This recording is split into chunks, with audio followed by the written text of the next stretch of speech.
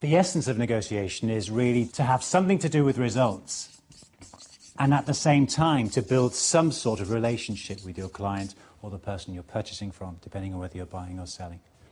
It's very important that you strike this balance because there are some people in businesses who are just results orientated and there's no relationship being built, and that's a mistake. And equally, there are some people who give away far too much all the time. And mature negotiators try and get a balance between relationships and results. And that balance is achieved through a process of dialogue. So the idea, therefore, if it is about dialogue, is you've got to have something to talk about. And the most mistakes that people make in negotiation is they go into a room and there's nothing to talk about. They just think, yeah, I think it's about this, and then they talk about price far too early. In negotiation, value is added as something crosses the table. So you need to think, well, what are those things that cross the table? And those things are called tradables. And if negotiations are akin to playing cards, it's just a game. It's just a ridiculous human resource game.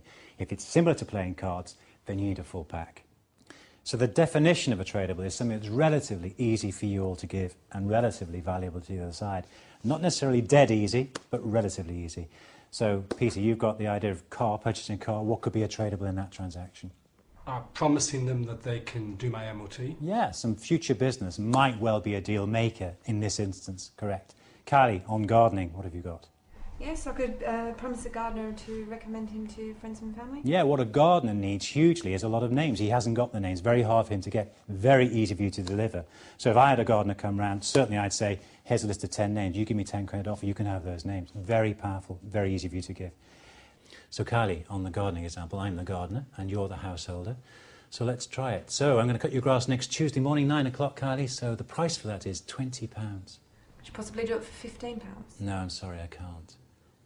Now the problem with that is that it's a closed question. It deserves a closed answer. She's asked me we're very apologetic in the United Kingdom, especially, but culturally, up our own bottoms, really. So, our problem is we're apologetic in our language. How about, what if, are you sitting down? All these ridiculous things. My opening offer is this, but there's a much better one coming along in a minute. So it's that apology. Would you do it for 15? Well, no, I wouldn't, quite frankly. It's worth 20. So the best way to do it is to start to trade, Kylie, to try and get me to, have some one-to-one concessions. So let's try that again. So I'm the gardener coming in. So, Kylie, for next week, Tuesday morning, 9 o'clock to do your grass is £20.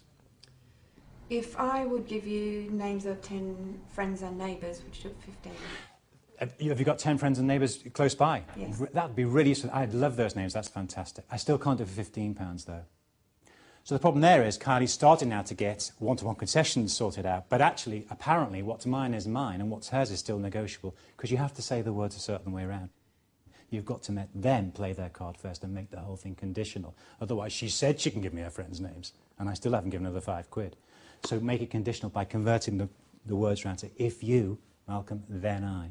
So, Kylie, next Wednesday, 9 o'clock, £20. If you could do it for £15, then I can give you names of 10 friends and neighbours. Do they need their grass doing as well? They've all got gardens, I hope. Yes, they do. That's great. That sounds like a deal.